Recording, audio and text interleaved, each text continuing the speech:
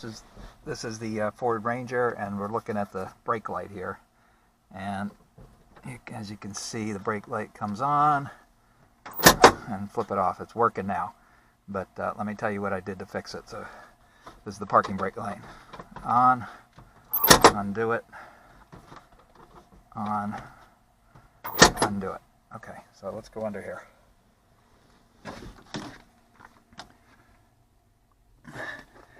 So if you go way back into this corner, let's see if we can get a picture of it. Right there is a switch. And so that switch gets pushed down, or it gets released when the brake goes up. So it's pushed and it goes up like that. You can see when you release it, it pushes it down. When you have the brake on, it's up.